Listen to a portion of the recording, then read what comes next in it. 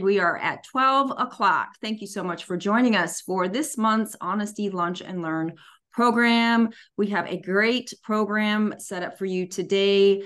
We've got a reporter roundtable that is going to be breaking down the latest in education issues across the state of Ohio. We are so excited to host this incredible panel. We've got the Ohio Capital Journal, the Buckeye Flame, and WVXU.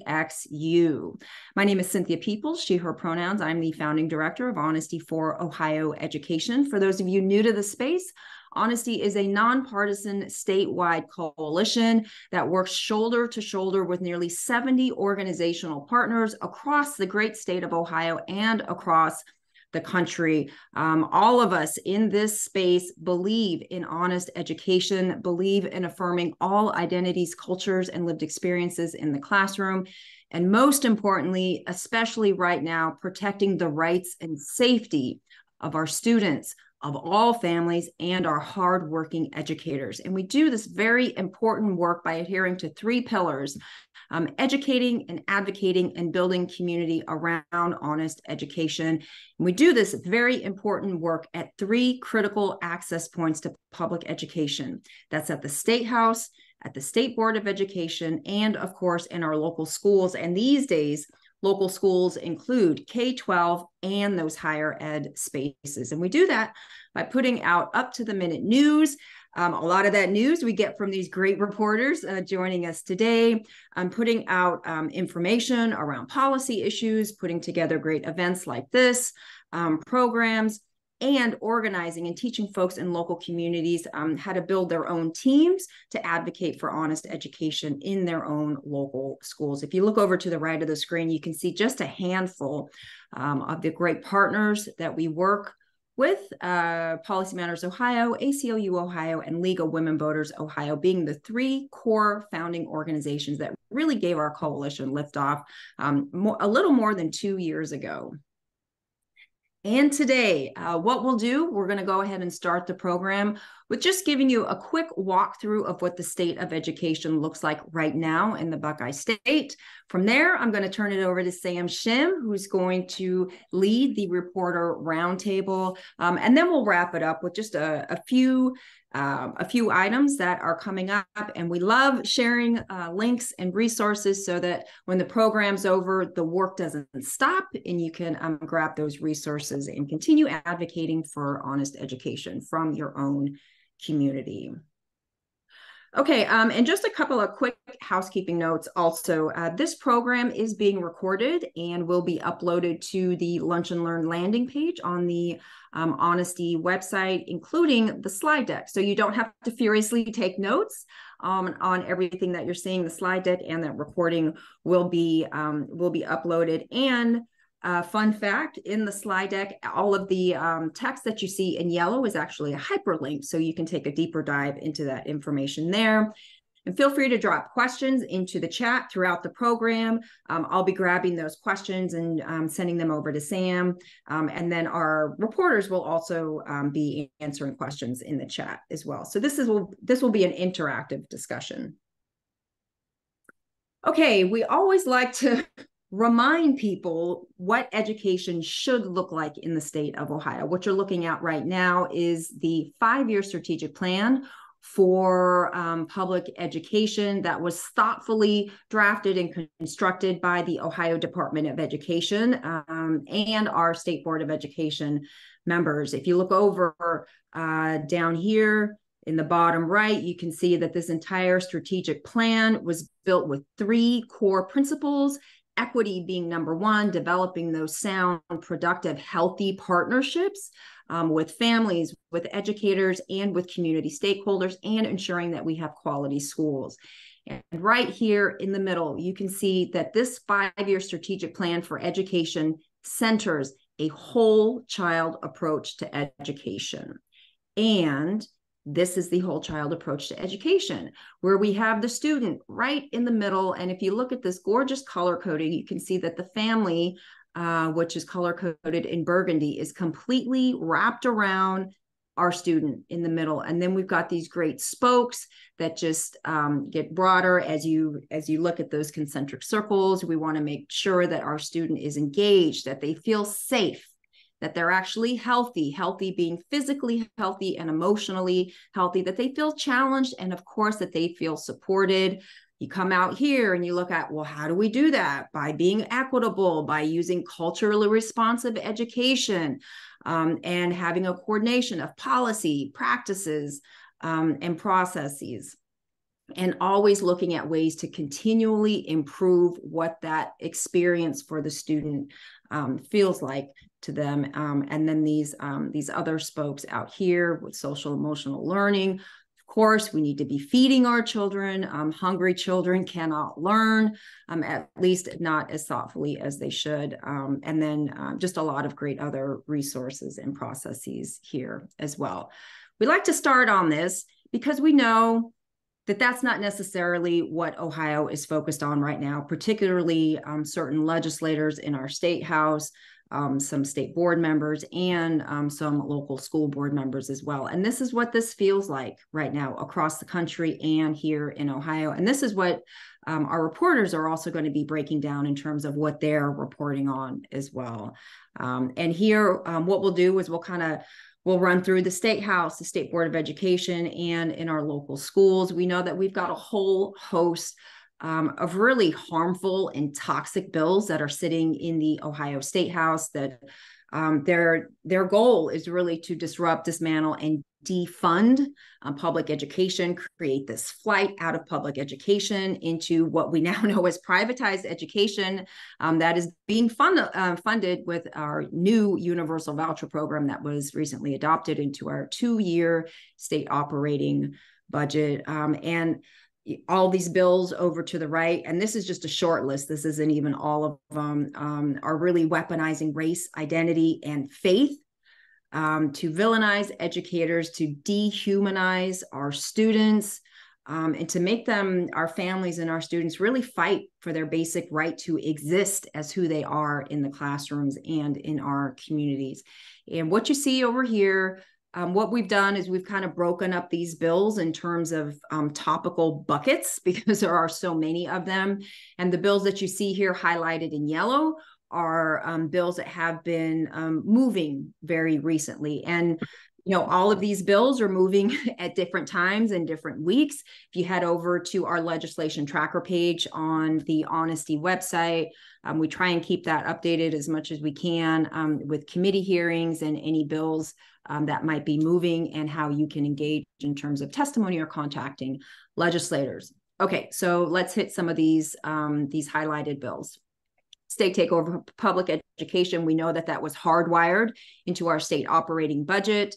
We'll take a deeper dive into this when we head over to the state board section, but the Department of Education and Workforce, which is essentially replaced our former Ohio Department of Education, is up and running.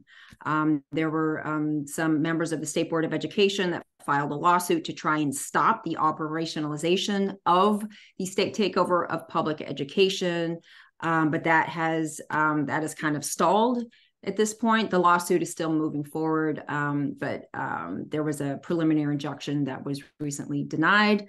And then looking at our standards and curricula in terms of censorship, Senate Bill 83, which we all know as the Higher Education Destruction Act, just had another facelift, -11 to be certain. And Senator Serino just recently revised Senate Bill 83 and interestingly, removed the strike language, which banned our employees, higher ed employees, from being able to strike, and then also added some retrenchment language that prevented unions and union members from negotiating on tenure. And it would allow universities to fire tenured professors for a pretty broad list of reasons. Again, I see Megan nodding her head. She's going to take a deeper dive into Senate Bill 83. A bill that we are excited about is House Bill 171. This is a multicultural social studies curricula bill that would revise Ohio K-12 social studies curricula to reflect many of the cultures and experiences of communities that already call Ohio home. We are fighting like nobody's business to make sure that we get a proponent hearing. So we're asking folks to draft their testimony for House Bill 171, just have it in the queue for when that proponent hearing is called. And then we've got a couple of other bills, 3 bills around staff conduct and governance of public education. House Bill 214, which bans school districts from forcing staff or students to align or to opine about particular values or beliefs.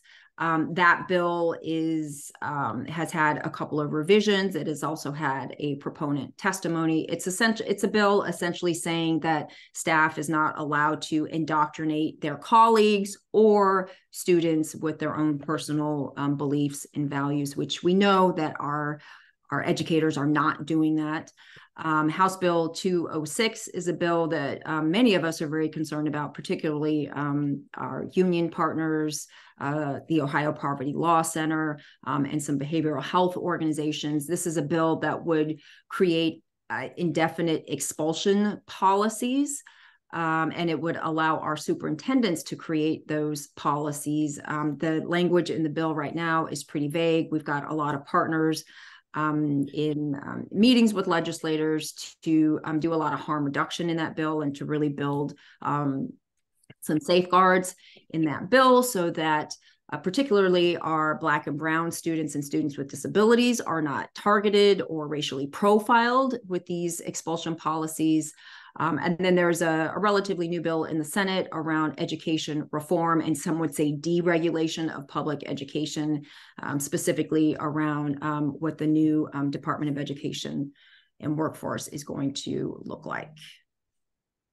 State Board of Education, that lawsuit that I mentioned on October 20th, a county magistrate ended up denying a preliminary injunction that would have essentially paused the state takeover from happening while this lawsuit moved forward. So now the Department of Education is moving forward. In fact, on the same day that that preliminary injunction was denied, Governor DeWine appointed Jessica Voltellini to serve as the interim director. What's interesting about Jessica Voltellini is that she used to be the chief of staff for the Ohio Department of Education. She also served as the director of policy and legislative affairs and was assistant legal counsel for ODE as well. So now she's serving as the interim while the governor's cabinet works on who is going to be the permanent director of the Department of Education. Quick reminder that that lawsuit was filed on September 19th by 7 members of the state board. And then shortly thereafter was amended, and plaintiffs were reduced to just Dr. Christina Collins, Michelle Newman, who are 2 state board members that on the lawsuit now are serving in the capacity as parents, and Stephanie Eichner, and Toledo Public Schools was also added to that lawsuit. We do want to remind everyone that although the Ohio Department of Education has transferred over to the Department of Education and Workforce, State Board is still holding its regular meetings. Those meetings used to be 2-day meetings, but now they are only 1 day. Their next meeting for the month of November is on the 14th, and you can still head over to the Department of Education building to watch live, or you can watch it on the Ohio channel. And we do expect to receive an update on the state superintendent search. And you can learn more about the state takeover lawsuit by heading over to our state board section on the website. Okay, and then finally, before I hand comms over to Sam Shim, we want to remind everyone in our local schools that school board elections are on the ballot. In Ohio, we have 3 great ways to be able to vote. So you don't only have to vote on the traditional election day. In Ohio, the entire month before election day is really an election day. So you can vote early. Early voting in person at your Board of Election is open today, Saturday, and Sunday. So your last opportunity to early vote will be Sunday all the way up until 5 p.m. If you're using an absentee ballot to vote, the last day to postmark your ballot is on Monday, or you can take that absentee ballot and you can drop it off at your local Board of Election. You have all the way until Tuesday at 7:30 p.m. to drop off that ballot. You do have to drop it off at a Board of Election if you don't mail it in. And then, of course, the traditional way to vote at the polls. Polls are open all day on Tuesday from 7:30 in the morning until 7:30 at night. And you can head over to the Honesty website. We built out this pretty comprehensive dashboard with a lot of different resources around voting for your local school board members. Candidate research guide, a full list of all of those candidates with endorsements, and then just some general voting and election information. Where do I find my polls? Who's on my ballot? But all of that is over on the Honesty website.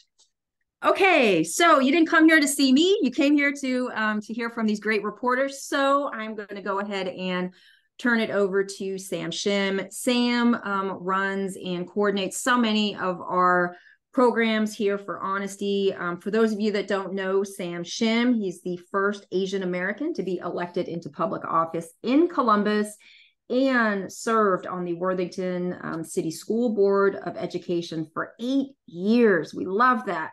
And is a Korean American father, raising autistic and multicultural transgender children. Sam has been a long-standing public education advocate, championing safe, equitable, inclusive school policies, especially prioritizing the experience of BIPOC, LGBTQ+, and other intentionally excluded, marginalized students.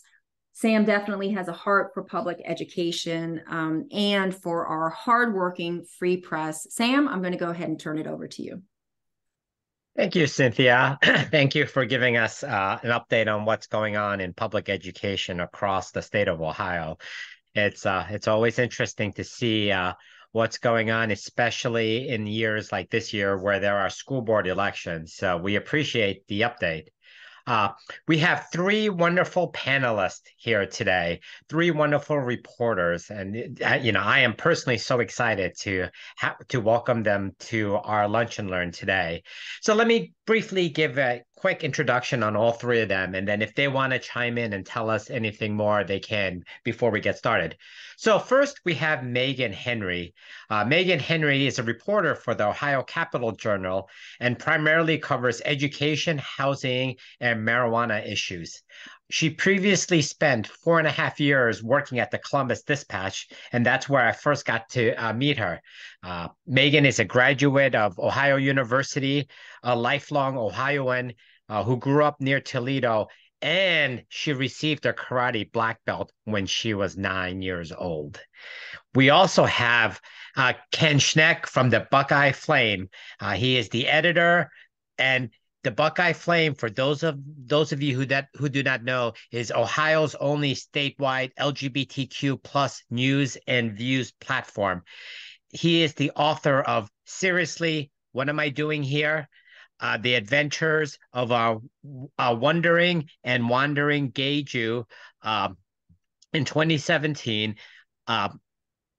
He also did LGBTQ Cleveland in 2018, LGBTQ Columbus in 2019, and LGBTQ Cincinnati in 2020. In his spare time, Ken is a tenured professor of education at Baldwin Wallace University. And lastly, we have Howard Wilkinson, who joined the WVXU news team back in 2012 after covering 30 years of politics for the Cincinnati Enquirer. WVXU, for those who do not know, is Cincinnati's public radio station. Howard has covered every governor's race since 1974, along with 16 presidential nomination conventions and 4 presidential inaugurations. He covered the 2001 racial unrest in Cincinnati, the Lucasville prison uprising in 1993, the Air Canada plane crash at the Cincinnati, Northern Kentucky International Airport in 1983, and the 1997 Ohio River flooding. Howard was inducted into the Cincinnati Journal Hall of Fame. So these are 3 wonderful reporters. Does any of you want to say anything before we get started? If not, we'll go ahead and start with some questions. So I thought we'd start from the top. This is this our state is has had a lot of changes in education over the past few months, especially since the budget was approved. So we're curious, as reporters, what have you witnessed in terms of, or what do you feel are the education priorities coming out from the governor's office? I think one that jumps out to me that I've been covering quite a bit is reading. The governor put in his budget earlier in the year, back in January, the science of reading, which basically is a way that students learn how to read. That's backed through decades of research that supports not only phonics but also comprehension and vocabulary in reading. And that was something that remained in the budget throughout the budgeting process with some changes, but then that went in the final budget. So that's something that's starting to get rolled out with various things like literacy coaches and materials. So I think reading is a big emphasis that the governor has. Yes, it is. Ken? Yeah, obviously, in addition to all the LGBTQ legislation, which we'll talk about, there's an increased focus on defining, it seems, the relationship between the state government of Ohio and our institutions of higher education in ways that we haven't really seen before. A lot of bills that normally would go nowhere near the Higher Education Committee are now being housed in the Higher Education Committee. And we're seeing bills that normally wouldn't even affect higher education now include colleges and universities in the language of the bills. That's a big change from how things have been approached previously.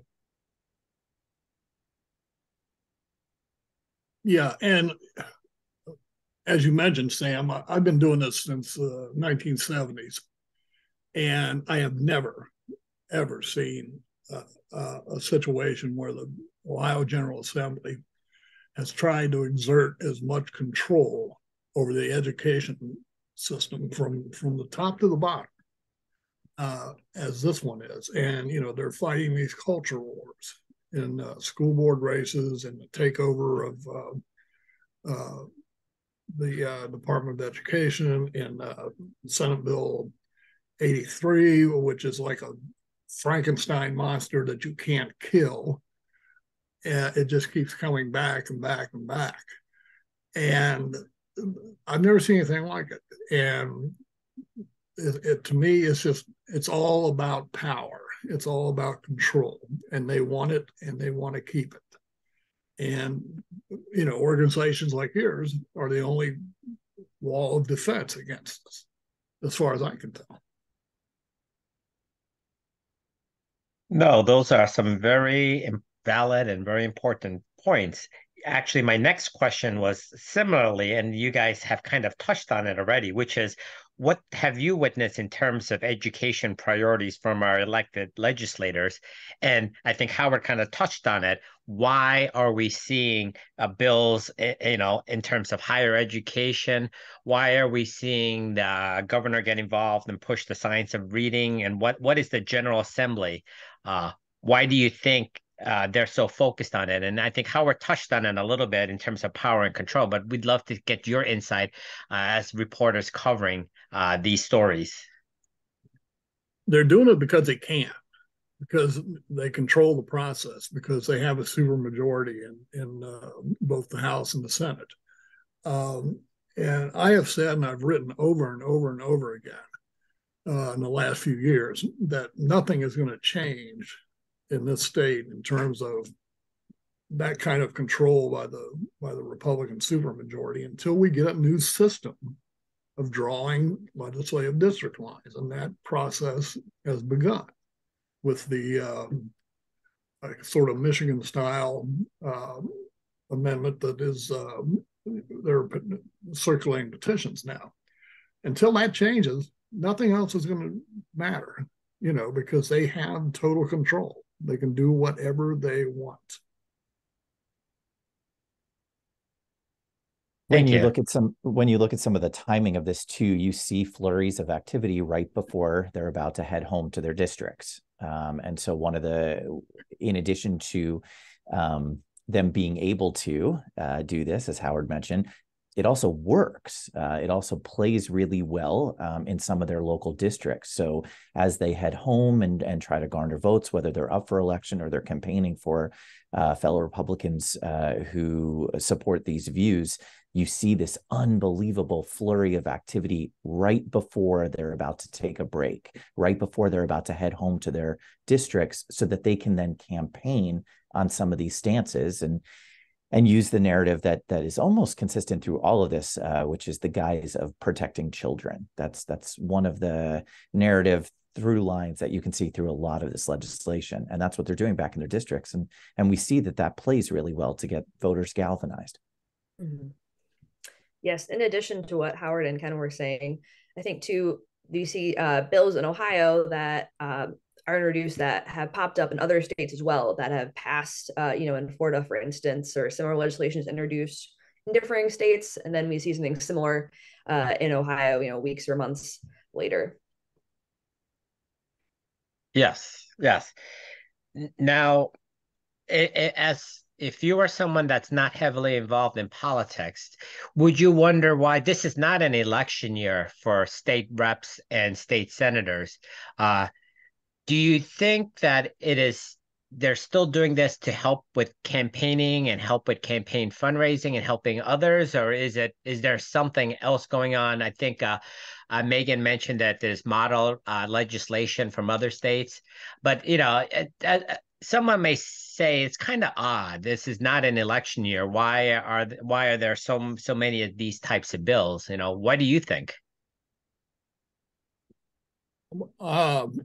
I've got 4 words for you.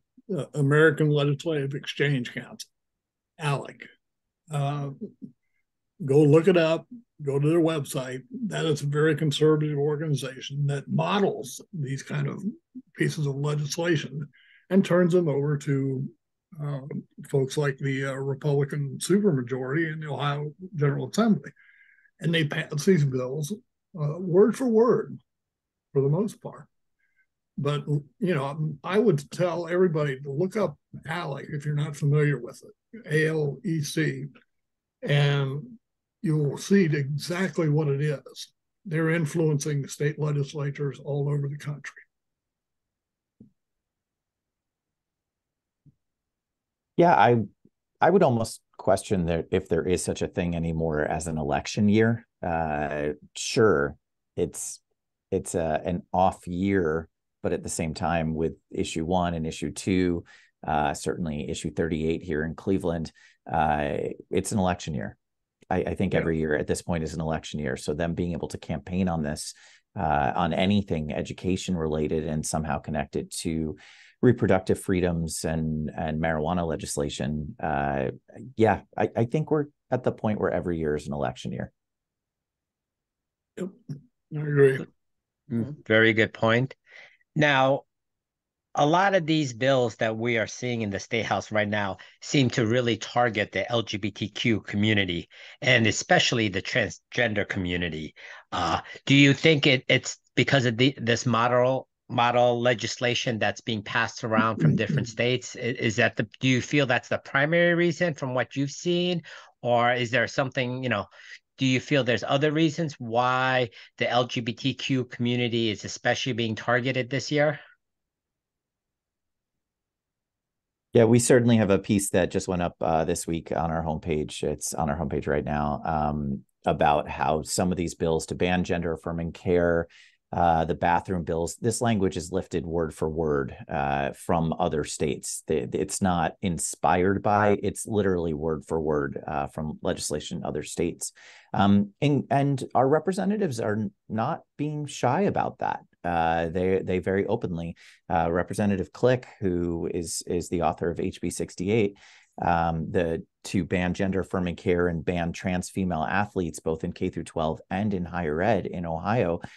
He just, I think yesterday, thanked the Center for Christian Virtue and the Family Research Council, both of which, Family Research Council, which is still a designated Southern Poverty Law Center hate group, and the Center for Christian Virtue that has increasing influence in our state house, just publicly thanking them for their support. So our representatives are not shy in Ohio about where they are getting support for this action. It makes it super easy to report on.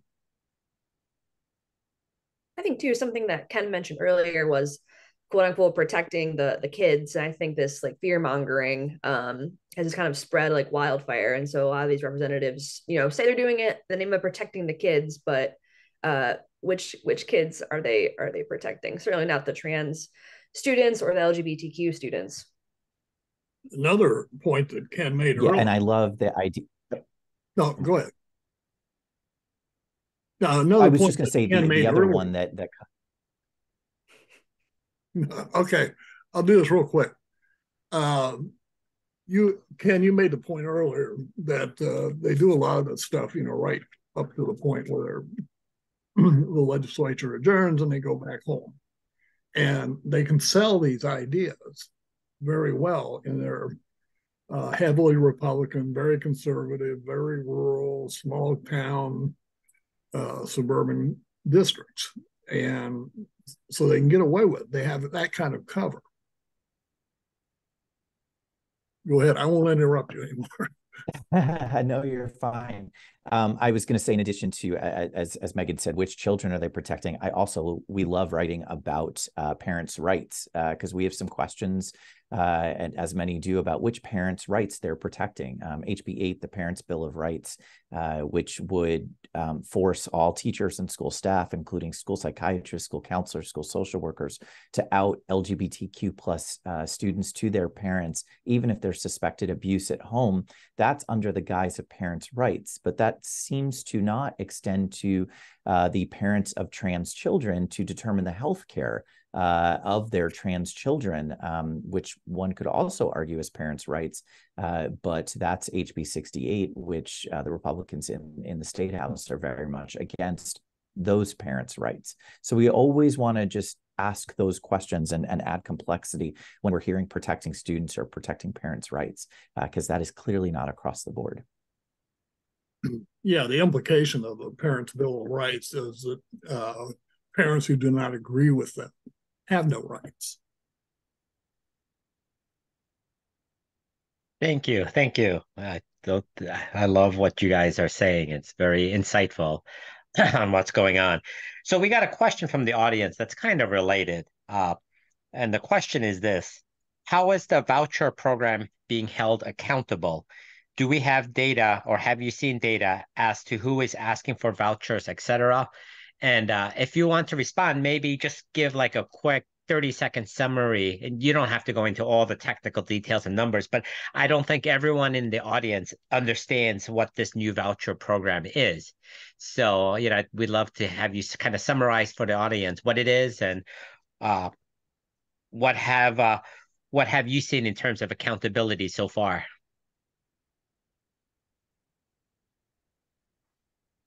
Well, in terms of what it is, I have it pulled up on my other screen. It's a nearly universal eligibility where it increased subsidies to 450% of the federal poverty line, so making it nearly universal in eligibility. That's something I want to circle back to after the election and look into how that's been going since it was enacted in the state budget. So I don't know, Howard or Ken, if you've done some reporting on that.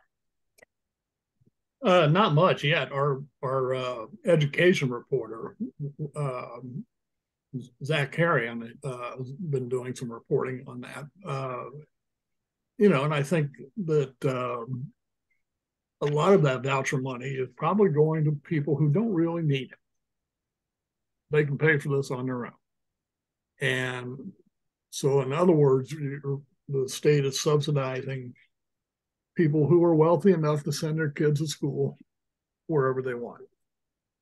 Now, I can't prove that, but that's my feeling anyway.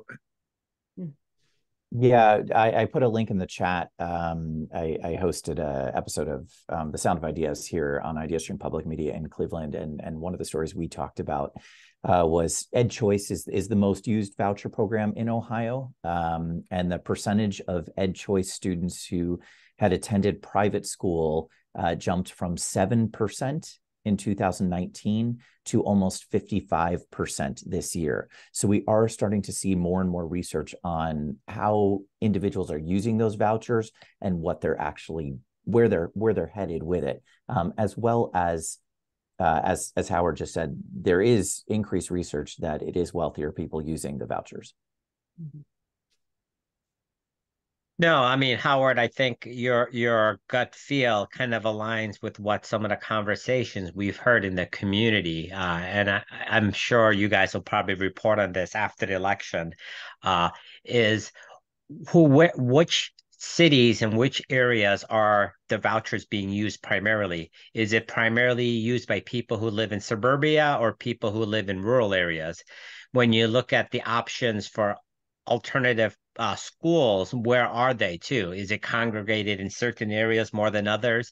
I think your hunch, it could be correct, and I think there's going to be more information to come. So, but that's very insightful.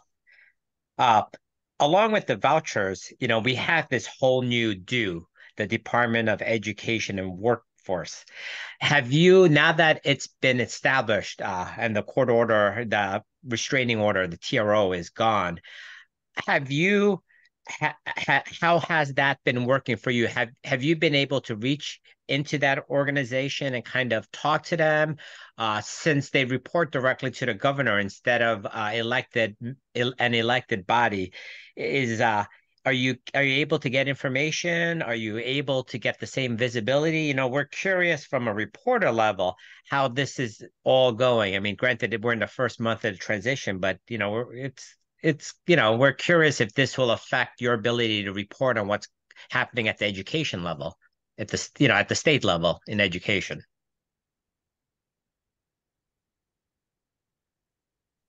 All you, Megan. I haven't honestly haven't reached out to them much since the dust kind of settled with this. So I am curious. Yeah, if it will be harder getting more information, if there'll be more, keeping things close to the vest, if it'll just take longer to get questions answered. I apologize, Sam. I'm not totally sure quite at this moment, but I am curious, yeah, to see what that'll be like, and to the next month's or this month, excuse me, is November now, with the State Board of Education meeting. It is interesting. I think that it's been moved from 2 days just to one.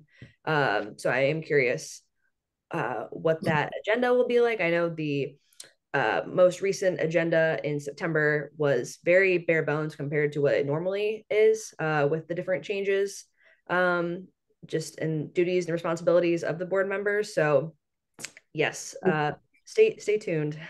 Yeah, it's with the State Board of Education going from 2 days to one. It's just a matter of they don't have that much left to do. They took it all away from them. Aside from the, naming a state school superintendent who's not going to be in charge. So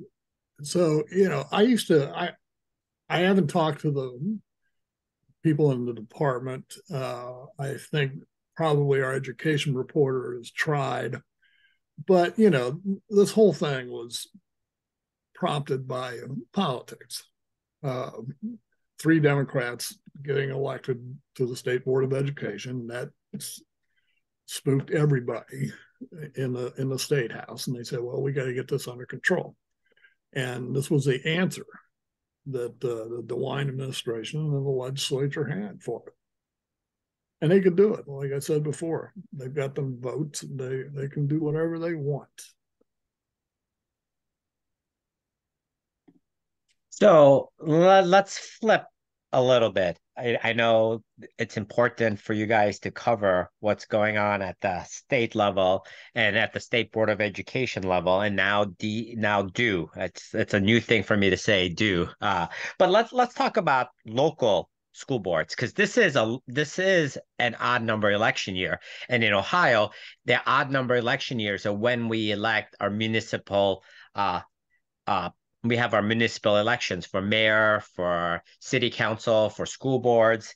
Uh, what have you seen as reporters in terms of what are the hot issues for school board candidates? And do you think it mirrors what are the hot issues that's in the legislature and the governor's office right now? Yeah, we certainly cover a ton of local school boards, obviously, mostly from an LGBTQ plus policy perspective, and it's exactly the same as what's going on in the State House, just with a smaller audience and some vocal students too, which we love, which we also love seeing in the State House. And so everything from local school districts that are trying to pass local versions of parents' bills of rights and banning trans athletes. We definitely are also seeing some local school districts that are going the opposite way, that are proactively trying to pass LGBTQ plus protections for their students and their teachers. You know, I love the example of just talking about culture wars and bills coming up in local school boards, local ordinances coming up to focus on education by denying LGBTQ students their lived experience. And so it's just really tricky to navigate. We want to focus on education, but in order to do that, we need to engage in culture wars. It just doesn't track. This is more, I should say, my professor of education hat than my reporter hat. This is what we talk about in class every single day, including last night. It doesn't totally make sense if you're sitting there studying educational policy. I just did a column the other day, and Cynthia knows about this, that was looking at school board races, mainly here in Southwest Ohio, and the influence that Moms for Liberty has exercised in some of these school districts. And the culture wars here are taking place in mostly suburban school districts. You know, they've got somebody running in the Cincinnati City School District, but that's never going to happen. You know, they'll never take over an urban school district. But in a place like Lakota School District, in Butler County, in Forest Hills School District, in Anderson Township in Hamilton County, it's a real contest. And it's, you know, they have multiple candidates running, and they're literally trying to take over boards of educations in the suburbs for an organization that Southern Poverty Law Center says is an extremist anti-government organization in Moms for Liberty. So I'm obsessed with the Lakota Board of Education. I seem to end up writing about them quite a bit. But yeah, you see that in areas like Salina, Ohio, where you're just seeing competitive races where there wasn't interest before. And again, on both sides, both Republicans and Democrats running under the slogan, getting back to education. It's just their path to getting back to education seems to be vastly different. So one of the questions that I have, and I think, Howard, you've kind of touched on this already, is, you know, what are your thoughts on how this year's school board elections compare to previous years? And I think you mentioned that Moms for Liberty has become very active in 2023 in certain parts of Ohio. But I'd like to get some more thoughts on how do you think this year's local school board elections are different from prior years in 2021 or 2019 from what you've observed? Well, Sam, I mean, frankly, school board elections, you know, for many, many years were pretty quiet things. There involved yard signs, and there wasn't a whole lot of controversy as long as somebody wasn't just screwing up the local school district in an obvious way. They were all reelected, and now it's become this. It is ground zero in the culture wars, particularly in these districts that I mentioned, and in places like Salina and other small towns around Ohio. I mean, there's something like 30 Moms for Liberty candidates running as endorsed Moms for Liberty candidates in school districts around the state. Stark County has a bunch of them, and you just didn't see that in the past in school board elections. This is a new phenomenon, and I don't think it's going away anytime soon. You're seeing a lot of state representatives too out there actively campaigning for school board candidates, and that's a crossover that previously didn't. It almost seems like it wasn't worth their time, and now it seems to be very worth their time to be actively campaigning for certain candidates in their local districts. Yeah, I see that from both Republicans and Democrats. Yep, absolutely. Mm-hmm. And too, I think, COVID 2020 really just changed school board candidacy races and just put so much emphasis on that. And so from, masking, and it was, culture wars initially too, but it just really exploded into this culture war phenomenon. So I think really 2020, which is when I started covering school board races, that's my only experience. Be interesting to cover a quiet election school board candidacy race like Howard was mentioning, but I never had that chance. And never will. Yes. You never will. That's right. And the irony of that, Megan, is that Moms for Liberty started down in Florida by basically two women who were objecting to the masking mandates during the pandemic. That was the issue that fired it up. And it's just grown from there. I'm not surprised. Yeah.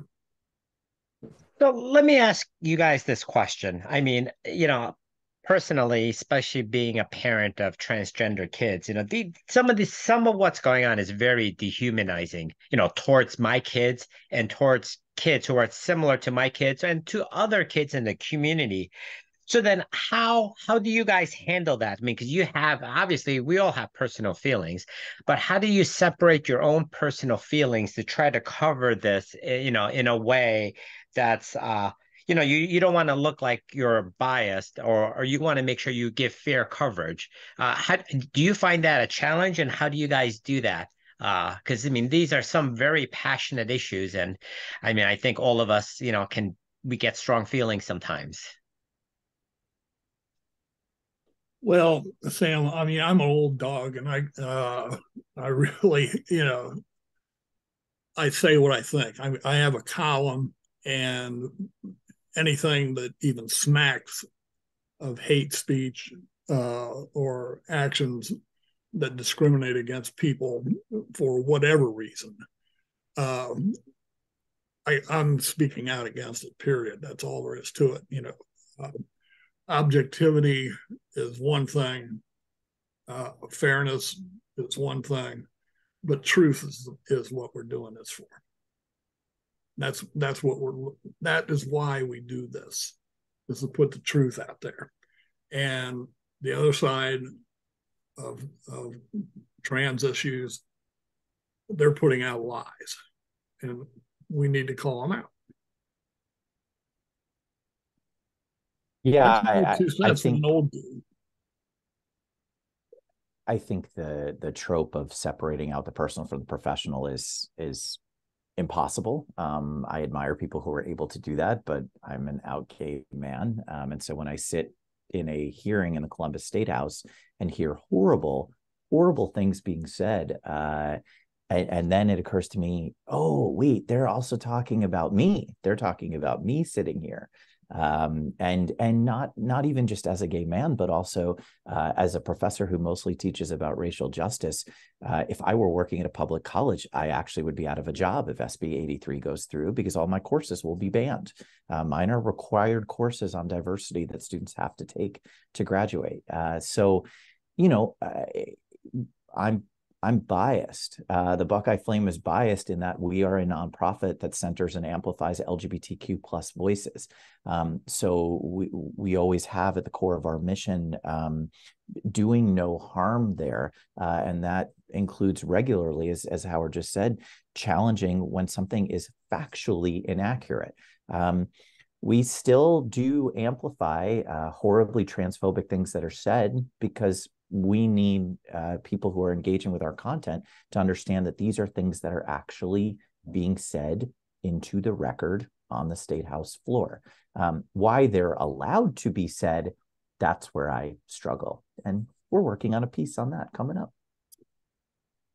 Yeah, I think that's where our job as reporters to add that context to these stories is so critical, and not just taking, you know, what is said in a committee hearing or written in a bill at face value, actually doing like more research and reporting on that, and reporting on issues dealing with trans students. That it takes a lot of empathy and compassion. And I did a story over the summer talking to some trans students about the impacts these bills, if they were to pass, would have on these students. You know, they're all under 18, and it was really eye-opening. And I think just talking to people who are going to be affected by these bills and putting, you know, faces on these issues really kind of makes it humanizes it in a way more so than just, you know, listening to these committee hearings and these bills being talked about. Good. So I wanted to ask you guys, as reporters, I mean, you guys are trying to cover, you know, Howard's trying to cover the greater Cincinnati area. And then Ken and Megan, you're trying to cover things kind of at the state level.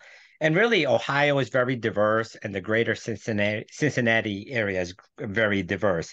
Even in terms of regions, you have city, you have urban, you have suburban, you have rural, in terms of ethnicity, gender orientation, in terms of income. So how do you guys, you know, I'm curious as reporters, what do you guys do to try to make sure you cover from all different angles and from all different types of students we have here in Ohio? Ours is very logistical. We have buckets that articles are coded into, and we're able to then look at those buckets and see, okay, have we done rural stories here? Have we disproportionately covered this issue? And so as we crunch the data, we're able to see in real time where are we lacking voices. You know, often LGBTQ issues are solely being covered from what are white gay men doing in Cleveland and Columbus. And as I say often, there actually are a lot of LGBTQ people in Ohio who aren't white gay men in Columbus. And so, but if we're not tracking that, we even just started an 88 county tracker to see over the past 3+ years, how many of the counties have we hit? We've hit 50, so there are 38 more to go, but that also allows us to see what are the areas of Ohio where they're all interacting with LGBTQ issues, certainly with LGBTQ individuals. Is coverage widespread?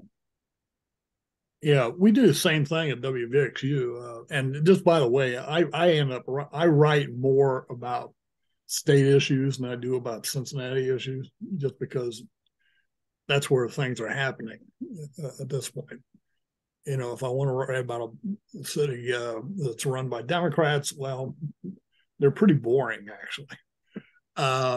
You know, this is much more interesting and means a whole lot more. But we track those kind of things too, because reporters are expected to follow up with the people that they interview for various stories, not just me, everybody on the staff. And, you know, we track it for demographics, and we track it for, you know, sexual orientation, race, income, everything else. So, we try very hard at that.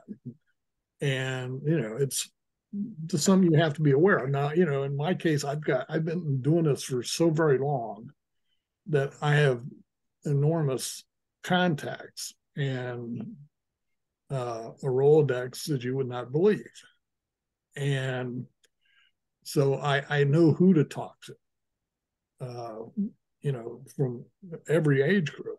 But it's just a matter of experience and compiling all that information in your head and in online. Yeah, luckily, since Ohio is such a massive state, but there are lots of organizations around the state to help connect reporters like us to people. So that's something that I try to rely on. Groups like Kaleidoscope here in Columbus, it's an LGBTQ youth organization. They've helped connect me to lots of students and just sources trying to meet people throughout the state. Since I am in Columbus, it's something I usually just will look to Central Ohio, but trying to broaden that scope since we do cover statewide issues as well. Great. And I would love to talk to you guys some more, but we are out of time. So I just wanted to say thank you very much for participating in our panel. I personally enjoyed this conversation. If we had more time, I would probe deeper, but I was trying to make sure I cover a couple of topics. We really appreciate all that you report on because we depend on reporters to help us gain further insight on what's going on at the state and local level. So thank you for joining our panel today. We really appreciate it. And I am going to turn this back to Cynthia to give some closing remarks. So thank you again.